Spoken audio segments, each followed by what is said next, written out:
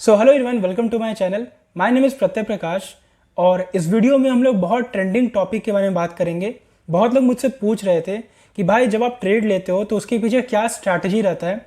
आप अपना setup share करो हम लोग के साथ ताकि हम लोग को भी पता चल सके कि क्या जो स्ट्रैटेजी मैं यूज़ करता हूँ क्या वो सच में प्रॉफिटेबल है या फिर नहीं है। देखो, आपका स्ट्रैटेजी और मेरा स्ट्रैटेजी अलग हो सकता है पर प्राइस एक्शन हम दोनों का सेम रहेगा। तो मैं प्राइस एक्शन के बेसिस पे ही ट्रेड लेता हूँ, पर हो सकता है कि मेरा एंट्री अलग जगह पर हो, आपका एंट्री अलग जगह पर हो, तो दोनों का स्ट्रैटेजी अलग अलग हो सकता है। तो मैं अपना स्ट्रैटेजी शेयर करूंगा इस वीडियो में ताकि आप लोगों को पता चल सके कि मैं जब भी कोई ट्रेड लेता हूँ उसके पीछे क्या लॉजिक रहता है और मैं किस तरीके से बैक टेस्टिंग करता हूँ। और बैक टेस्टिंग के अलावा मान लीजिए आज मार्केट ओपन होता है तो आज मार्केट खुलने के बाद उसका सही ट्रेंड कैसे आइडेंटिफाई करते हैं उस पर भी हम लोग बात करेंगे और मैं किस तरीके से इसको यूज़ करता हूँ वो सारा चीज़ आप लोगों के साथ शेयर करूँगा। तो वीडियो में प्लीज़ बने रहना। और जो मैं EMA यूज़ करता हूँ 9 एंड 15 EMA, उसके बारे में मैं बेसिक चीज़ तो शेयर किया हूँ कि 9 एंड 15 EMA लगता कैसे है, 9 एंड 15 EMA होता क्या है, ये EMA मैं क्यों यूज़ करता हूँ, वो EMA को मैं कैसे यूज़ करता हूँ, प्रॉपर उसका सेटअप क्या है मेरा, उस पर भी मैं एक अलग वीडियो बना दूंगा। तो टाइम को वेस्ट नहीं करते, वीडियो शायद लंबा हो सकता है तो प्लीज़ एंड तक ज़रूर देखना, थोड़ा सा हेल्प ज़रूर मिलेगा आप लोग को ट्रेडिंग में। तो चलो वीडियो को स्टार्ट करते हैं निफ्टी 50 का चार्ट को देखते हुए। तो ये निफ्टी 50 का चार्ट है ग्रो के अंदर और हम लोग टॉपिक वाइज डिस्कस करते हैं कि सबसे पहले हम लोग बात करेंगे कि जब मैं बैक टेस्टिंग करता हूँ, रात को बैठता हूँ आधा घंटा के लिए, तो बैक टेस्टिंग में आखिर में ऐसा क्या दिखता हूँ चार्ट के अंदर जिसकी वजह से मुझे कल का मार्केट पता चलता है कि मार्केट किस तरफ मूव कर सकता है। सच बोलूँ ना तो जिनको बहुत ज़्यादा एक्सपीरियंस हो चुका है, जो मार्केट में बहुत ज़्यादा चार्ट देख चुके हैं, वो तो प्रेडिक्ट कर लेंगे कि हाँ कल का मार्केट किस तरह मूव कर सकता है। 90% या 80% एग्जैक्ट तो कोई नहीं बता सकता, पर हाँ जिनका एक्सपीरियंस ज़्यादा है, जो चार्ट को बहुत ज़्यादा देख चुके हैं, वो लोग पता कर सकते हैं। पर मेरा ज़्यादा भी एक्सपीरियंस हुआ नहीं है, मैं उतना चार्ट को भी देखा नहीं हूँ अच्छे से, तो मैं क्या करता हूँ लेवल्स मार्क करके रखता हूँ, सपोर्ट और रेसिस्टेंस मार्क करता हूँ कि कल का मार्केट अगर इस लेवल को, मान लीजिए कल का मार्केट अगर ये लेवल को ब्रेक करता है, ये मान लीजिए एक रेसिस्टेंस है, कल का मार्केट इस लेवल को ब्रेक करता है तो अप ट्रेंड की तरफ मूव कर सकता है, या फिर ये एक सपोर्ट लेवल है, मार्केट कल ब्रेक करेगा इसको नीचे की तरफ तो मार्केट डाउनफॉल की तरफ आ सकता है। तो उसके लिए मैं टाइम फ्रेम यूज़ करता हूँ 15 मिनट। तो चार्ट को हम लोग 15 मिनट के टाइम फ्रेम पे कन्वर्ट करते हैं। अब 15 मिनट का टाइम फ्रेम क्यों मैं कन्वर्ट किया, क्योंकि 15 मिनट के टाइम फ्रेम पे ना हम लोग को पिछले एक हफ्ता मार्केट किस तरीके से मूव किया है, हम लोग को बस उसी के बारे में देखना है। मतलब पिछले एक हफ्ता में मार्केट किस तरीके से मूव किया है, जैसे मार्केट का ट्रेंड कैसा था, ठीक है, मार्केट में किस तरीके का कैंडल बना है, वो सब हम लोग को पता करना रहता है। तो रात को मैं जब बैठता हूँ बैक टेस्टिंग करने के लिए तो मैं 15 मिनट का टाइम फ्रेम कन्वर्ट करता हूँ और मार्केट में सपोर्ट रेसिस्टेंस या फिर कोई ट्रेंड लाइन बनता है उसको मैं ड्रॉ करता हूँ और फिर अपने लेवल, कल जब मार्केट ओपन होता है तो मैं उस लेवल के आने का वेट करता हूँ। तो ये मेरा बैक टेस्टिंग है।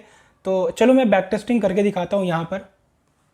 तो अगर हम लोग इस चार्ट को ध्यान से देखें तो यहाँ से क्या दिख रहा है, तो यहाँ पर हमें एक ट्रेंड लाइन बनते हुए दिख रहा है जिसको हम लोग यूज़ करेंगे इस तरीके से।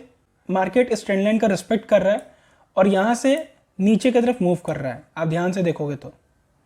And same cheese down side की तरफ भी है। 15 मिनट के टाइम फ्रेम पे मार्केट नीचे से भी एक ट्रेंड लाइन का सपोर्ट ले रहा है और इसको रिस्पेक्ट कर रहा है।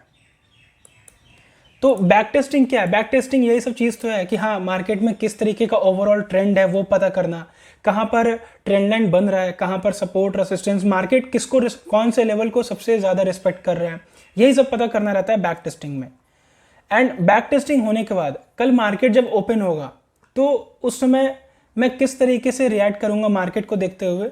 तो अब हम लोग उस चीज़ के बारे में बात करते हैं। मान लीजिए कल मार्केट ओपन हुआ तो मार्केट ओपन होने के बाद मेरा क्या स्ट्रैटेजी रहता है ट्रेड लेने के पीछे। चलो ये तो सपोर्ट रेसिस्टेंस या फिर ट्रेंड लाइन का फॉर्मेशन तो मैं कर दिया। अब इसके अलावा कल जब मार्केट ओपन होगा तब मेरा स्ट्रैटेजी क्या रहता है। तो अब हम लोग सेकंड पार्ट पर जाते हैं कि मान लीजिए मार्केट कल ओपन होता है, 9:15 से ओपन होता है, तो 9:15 के बाद मार्केट किस तरीके से रिएक्ट करता है। तो मैं टाइम फ्रेम को और छोटा कर देता हूँ, 5 मिनट का टाइम फ्रेम, क्योंकि मुझे एक दिन का टाइम फ्रेम देखना है, मुझे एक दिन का चार्ट ट्रेड करना है, उसके लिए मैं 5 मिनट टाइम फ्रेम यूज़ करता हूँ। तो टाइम फ्रेम को मैं 5 मिनट कर दिया। तो ये आज का मार्केट है ये जो पूरा चार्ट है ये आज का मार्केट का सिनेरियो है। आज मार्केट इस तरीके से मूव किया है। तो मार्केट यहाँ पे ओपन हुआ है, इस लेवल पे मार्केट आज ओपन हुआ। ठीक है, तो मैं क्या करता हूँ, सीधा 15 मिनट के टाइम फ्रेम पे या फिर 5 मिनट के टाइम फ्रेम पे 9:15 से 9:30 वाले कैंडल का हाई और लो मार्क करता हूँ। सीधा सिंपल मैं ऐसे ही करता हूँ। 15 मिनट के टाइम फ्रेम पे ये आज का हाई था, हर दिन मैं ऐसे ही करता हूँ, और ये आज का लो था। ठीक है, तो ये हाई हो गया, ये आज का लो हो गया। देखो मार्केट इस ट्रेंड लाइन का भी सपोर्ट लिया था जो मैंने 15 मिनट के टाइम फ्रेम में ड्रॉ किया था, प्लस ये आज का लो भी बना। तो बैक टेस्टिंग में भी क्या पता चला कि हाँ मार्केट आज इस ट्रेंड लाइन का सपोर्ट लिया है जो मैंने कल ड्रॉ किया था, प्लस उसका आज एक लो भी बनाया। अब मैं ट्रेड कब लूंगा, अब मेरा स्ट्रैटेजी क्या बनता है। सबसे पहले तो 9:15 से 9:30 का हाई और लो मार्क करता हूं कि अब मार्केट जिस भी लेवल को पहले ब्रेक करेगा, मान लीजिए मार्केट अपसाइड की तरफ, जैसे मार्केट मान लीजिए मार्केट डाउन ट्रेंड आ रहा था, यहां से एक छोटा सा रिवर्सल, एक छोटा सा पुल बैक आता है। अब मैं वेट करता हूं कि मार्केट जब इस लेवल को, ये ट्रेंड लाइन का भी हटा रहा हूं मैं, थोड़ा सा कंफ्यूजन करेगा। मान लीजिए ये जो मैंने लेवल ड्रॉ किया उसको मान लीजिए मार्केट नीचे ब्रेक कर दिया, एक 5 मिनट का कैंडल, और नीचे क्लोज कर दिया। मान लीजिए मार्केट नीचे की तरफ आया, छोटा सा पुल बैक लिया और इस लाइन को नीचे क्लोज कर दिया, तब मैं समझ जाऊंगा कि मार्केट में थोड़ा सा डाउन ट्रेंड की तरफ मूव देखा जा सकता है अगले आधे घंटे में। याद रखना है, मैं पूरे दिन का ट्रेंड नहीं बता सकता, मैं अगले आधे घंटे का ट्रेंड डिटरमाइन करता हूं या फिर पता कर लेता हूं कि हाँ अगले आधे घंटे या फिर अगला 15 मिनट मार्केट किस तरीके से मूव कर सकता है। तो ये वाला जो स्ट्रैटेजी है ना कि 9:15 से 9:30 वाला हाई कैंडल का हाई और लो मार्क किया। ठीक है, अच्छा ये 9:15 से 9:30 वाला कैंडल का हाई लो क्यों मार्क करना रहता है, क्योंकि बहुत सारे लोग ना BTST लेके जाते हैं, तो BTST ले जाने के बाद अपना जो पोजीशन होता है ना यही 15 मिनट के अंदर स्क्वायर ऑफ करते हैं। तो 15 मिनट के स्क्वायर ऑफ करने के टाइम पे मार्केट बहुत ज़्यादा वोलेटाइल रहता है और स्टॉप लॉस हिट होने का चांस बहुत ज़्यादा रहता है। इसलिए मैं स्टार्टिंग का 15 मिनट ट्रेड नहीं करता हूँ, और अगर करता भी हूँ तो बहुत छोटा क्वांटिटी से। ठीक है, अब मेरा स्ट्रैटेजी क्या है, जैसे 9:15 से 9:30 का कैंडल का हाई और लो मार्क किया, अब अगला कैंडल या फिर उसके बाद भी, जैसे मान लीजिए अगला आधा घंटा यहाँ पे मार्केट इसी रेंज में मूव कर दे रहा, आधे घंटे के बाद मार्केट एक नीचे कैंडल ब्रेक किया और ब्रेक करने के बाद नीचे क्लोज किया, तो क्लोज करने के बाद वो ट्रेंड जो है अगले 15 मिनट या 20 मिनट कंटिन्यू कर सकता है डाउन साइड की तरफ। मेरा ये स्ट्रैटेजी है और ये लगभग 70-75% एक्यूरेट रहता है, ऐसा मैं बैक टेस्टिंग किया हूँ। ठीक है, तो क्लोज किया तो मैं वहां पर पुट साइड की तरफ ट्रेड लेता हूं, और सेम सिनेरियो अपसाइड की तरफ, अगर मान लीजिए अपसाइड की तरफ कोई कैंडल क्लोज करता है 15 मिनट पे इस हाई के ऊपर, तब मैं कॉल साइड की तरफ ट्रेड लूंगा अगले आधा घंटा के बीच में। ठीक है, ताकि अब वो ट्रेंड जो होता है ना, वैसा नहीं कि कभी कभी पूरा दिन वो ट्रेंड कंटिन्यू रह सकता है, लेकिन कभी कभी क्या होता है कि आधे घंटे या 1 घंटे मार्केट उस ट्रेंड की तरफ मूव किया लेकिन वापस रिवर्स कर गया, जैसा इस हफ्ता हमें मार्केट देखने को मिला है। तो इसलिए मैं इस हफ्ते बहुत कम ट्रेडिंग कर रहा हूं, क्योंकि मेरा स्ट्रैटेजी उतना अच्छे से काम ही नहीं कर रहा है। मैं जो स्ट्रैटेजी यूज कर रहा हूं ना, जरूरी नहीं है कि वो 100% एक्यूरेट हो, वो हर टाइम वर्क ही करे। अब क्योंकि पिछले हफ्ते मार्केट कुछ ज्यादा वोलेटाइल था, मार्केट में मोमेंटम कुछ ज्यादा पॉइंट का दिख रहा था, इसलिए उसको थोड़ा स्टेबल होने के लिए मार्केट थोड़ा टाइम ले रहा है। तो बस यही रीजन है कि अभी के टाइम पे मैं ट्रेडिंग थोड़ा कम कर रहा हूँ या फिर अवॉइड कर रहा हूँ। ठीक है, तो ये मेरा तो सबसे पहला स्ट्रैटेजी ये हो गया, हाई और लो को मार्क किया, मार्केट जिस भी ट्रेंड में कैंडल क्लोज करता है अपसाइड या फिर डाउन साइड, वहां पर मैं अगले 15 से 20 मिनट उस ट्रेंड की तरफ मूव करने का एक्सपेक्टेशन रहता है और मैं उसके तरफ ट्रेड लेता हूं। ठीक है, अब ये तो नॉर्मल स्ट्रैटेजी हो गया कि चलो ट्रेंड आइडेंटिफाई करने के लिए अगले 15 से 20 मिनट या फिर आधा घंटा ट्रेंड आइडेंटिफाई करने के लिए मैं ये चीज यूज करता हूं। अब मैं एंट्री और एग्जिट कैसे करता हूं उस पर बात करते हैं, पर उससे पहले अगर मैं आज के मार्केट का बात करूं तो देखो मैं हाई और लो को मार्क किया, लेकिन मार्केट इसी रेंज में मूव किया, भले ही बहुत अच्छा मोमेंटम दिया डाउन साइड की तरफ और अपसाइड की तरफ, लेकिन मेरा जो पहला प्रायोरिटी रहता है स्ट्रैटेजी का वही फुलफिल नहीं हुआ, तो इसलिए मैं ट्रेडिंग आज के दिन ट्रेडिंग करूंगा ही नहीं। सबसे पहला स्ट्रैटेजी, मेरा हर एक स्ट्रैटेजी फुलफिल होगा ना तभी मैं उस ट्रेड में एग्जीक्यूट करूंगा, तभी मैं उसमें इंटर करूंगा।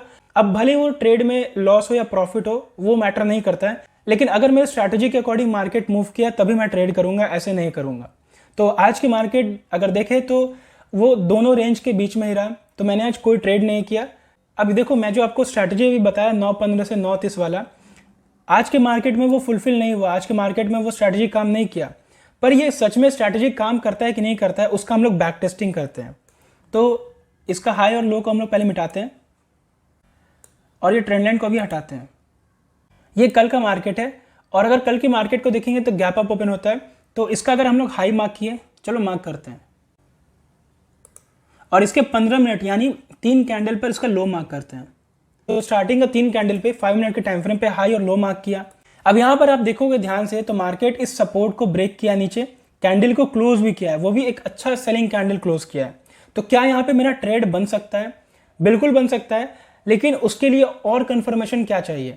अब देखो, बहुत लोगों को पता है कि मैं इसके अलावा 2 EMA यूज़ करता हूँ, 9 and 15 EMA, जो मैं द ट्रेड रूम से सीखा हूँ, मयंक भाई से सीखा हूँ, और उसको मैं यहाँ पर यूज़ करता हूँ। और वो EMA जो होता है ना, वो EMA स्ट्रैटेजी जो है, उसको मैं 1 मिनट के टाइम फ्रेम पे यूज़ करता हूँ सही जगह एंट्री और एग्जिट करने के लिए, क्योंकि मैं स्कैल्पिंग करता हूँ। और यहाँ पर 5 मिनट का टाइम फ्रेम है, अगर 5 मिनट के टाइम फ्रेम पे अगर स्कैल्पिंग करता तो मैं बहुत छोटा मूव कैप्चर कर पाता, यहाँ पर जैसे आप देख सकते हो। तो अगर मैं इस चार्ट को 1 मिनट के टाइम फ्रेम पे कन्वर्ट करता हूँ, तो यहाँ पर आप 1 मिनट का टाइम फ्रेम देख सकते हो। इस कैंडल का लो ये था, इस कैंडल का हाई ये था।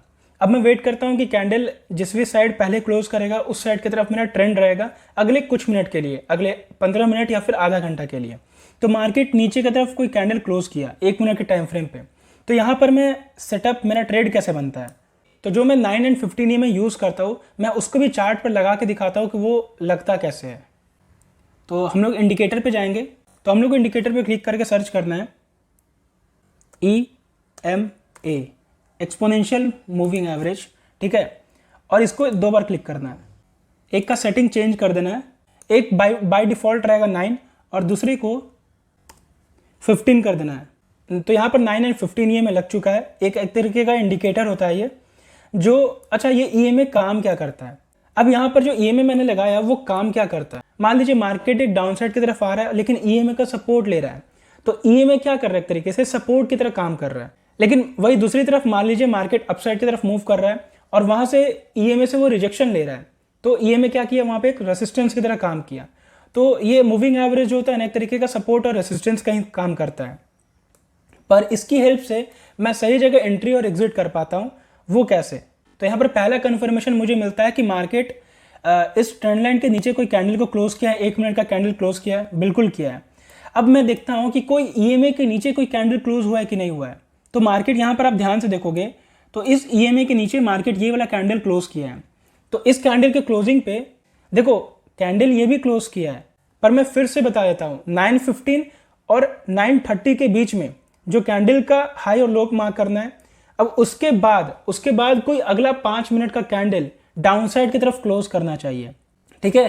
तो ये अगले 5 मिनट का कैंडल है, ठीक है, तो वो क्लोज किया है अगले 5 मिनट का कैंडल, उसके बाद छोटा सा पुल बैक आया है। तो अगले 5 मिनट का कैंडल जब क्लोज किया है, फिर मैं टाइम फ्रेम को 1 मिनट किया ताकि वेट करूं कि एक छोटा सा पुल बैक आए, और पुल बैक आने के बाद कोई EMA के नीचे कोई कैंडल क्लोज करे। तो यहाँ पर EMA के नीचे कोई कैंडल क्लोज किया है, बिल्कुल किया है। तो यहाँ पर मेरा सेटअप बनता है और मैं पुट साइड की तरफ ट्रेड लेता। अब यहाँ पर स्टॉप लॉस को कैसे आइडेंटिफाई करता है उसको भी मैं आपको बताता हूँ। तो पहले तो हम लोग शॉर्ट पोजीशन मार्क करते हैं। मेरा इस जगह पर एंट्री रहता, इसके लो पे क्रॉस करता अगला कैंडल, तो वहाँ पर मैं एंटर करता। अगर मैं स्टॉप लॉस का बात करूँ तो इस कैंडल का हाई, ठीक है, ये मेरा स्टॉप लॉस रहता। और अगर मैं टारगेट का बात करूँ, टारगेट कैसे आइडेंटिफाई करूँ, अब यहाँ पर मैं स्टॉप लॉस बता दिया कि स्टॉप लॉस कैसे लगता है।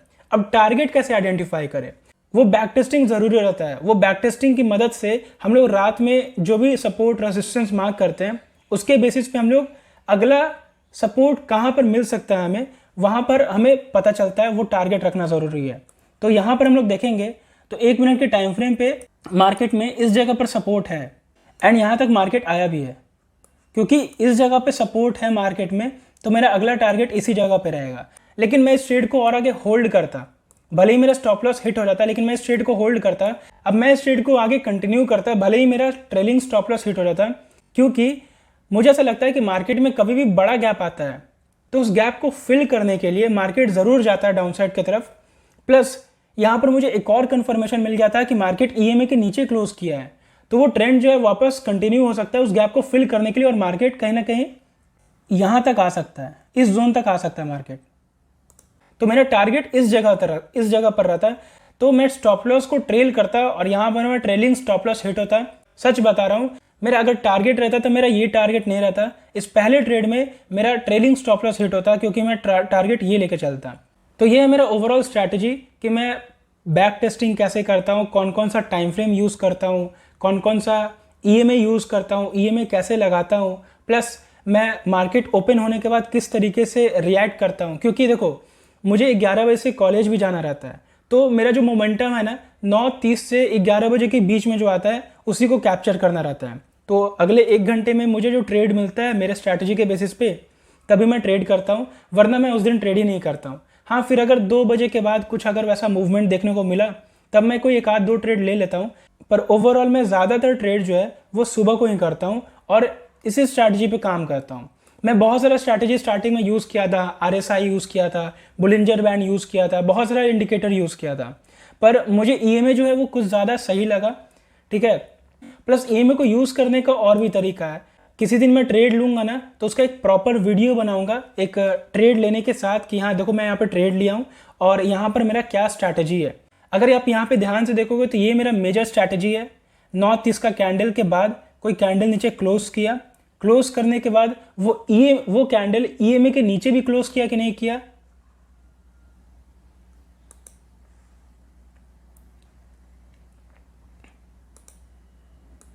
मेनली मेरा यही स्ट्रैटेजी है कि 9:30 के बाद कोई कैंडल नीचे क्लोज किया कि नहीं किया, और वो कैंडल अगर क्लोज किया तो क्या पुल बैक लेने के बाद ईएमए के नीचे क्लोज किया कि नहीं किया। अगर ईएमए के नीचे क्लोज किया कोई अच्छा कैंडल, यहाँ पर कैंडल भी जरूरी है, तो मान लीजिए कोई यहाँ पर डोजी कैंडल क्लोज करता है, जैसे यहाँ पे एक अच्छा कैंडल रेड कैंडल क्लोज किया जो ये इंडिकेट किया कि हाँ मार्केट में सेलर है। ठीक है, देखो बड़ा कैंडल और विक्स वाला कैंडल के बीच में डिफरेंस ये होता है कि अगर कभी भी बड़ा बॉडी वाला कैंडल आता है जिसमें विक्स बहुत कम है, उसका मतलब ये है कि वहां पर जो बड़े प्लेयर्स हैं वो इन्वॉल्व हैं और उस डायरेक्शन में मार्केट मूव करवा सकते हैं। लेकिन अगर विक्स बन रहा है, बहुत सारा विक्स बन रहा है किसी कैंडल में, तो वहां पर समझ जाना कि केवल रिटेलर्स लोग हैं। तो यहाँ पर अगर हम लोग ध्यान से देखेंगे तो एक अच्छा रेड कैंडल बना है। तो बस ये मेरा स्ट्रैटेजी है, नॉर्मल स्ट्रैटेजी है जो मैं यूज़ करता हूँ। इसके अलावा कोई हाई फाई स्ट्रैटेजी मेरा नहीं है कि हाँ मैं 3-30 का फॉर्मूला यूज़ किया या फिर बहुत सारा स्ट्रैटेजी है। मैं ट्रेडिंग को बहुत सिंपल रखता हूँ। हाँ, लॉस होना प्रॉफिट होना वो अलग बात है, पर मेरा ये स्ट्रैटेजी 70 to 75% या कभी कभी 80% काम करता है, तो मैं इसको यूज़ करता हूँ। अगर आप खुद का स्ट्रैटेजी को यूज़ करते हो अच्छी बात है, लेकिन अगर आपको ये वाला स्ट्रैटेजी अगर अच्छा लगता है तो आप बिल्कुल यूज़ कर सकते हो। लेकिन उससे पहले आपको बैक टेस्टिंग करना ज़रूरी है कि हाँ ये जो स्ट्रैटेजी है वो मुझे काम करता है कि नहीं करता है, मेरे सेटअप पे काम करता है कि नहीं करता है, ये देखना ज़रूरी है। तो अगर ये वीडियो थोड़ा हेल्पफुल लगा तो लाइक ज़रूर करना, और मेरे स्ट्रैटेजी पे और भी कुछ मुझे बताना है तो एक वीडियो में बताना थोड़ा लंबा हो जाएगा, तो स्ट्रैटेजी का कुछ वीडियो और आगे आते रहेगा कि कैंडल को मैं कैसे रीड करता हूँ, बिग बार कैंडल डोजी कैंडल के बीच में मैं कैसे ट्रेड लेता हूँ, और ये ईएमए को सही तरीके से कैसे यूज़ करता हूँ। ठीक है, उस पर मैं एक और अलग से वीडियो बनाऊंगा ताकि एक अच्छे से क्लियर हो जाए कि हाँ ईएमए जो है वो काम कैसे करता है। बेसिकली ये मेरा नॉर्मल स्ट्रैटेजी था जो मैं आपको बताया, जो आपसे शेयर किया। अगर वीडियो अच्छा लगा तो लाइक ज़रूर करना, और अगर वीडियो अच्छा लगा तो प्लीज़ दोस्तों के साथ शेयर ज़रूर करना ताकि उनको कुछ हेल्प मिल जाए। तो thank you so much, bye.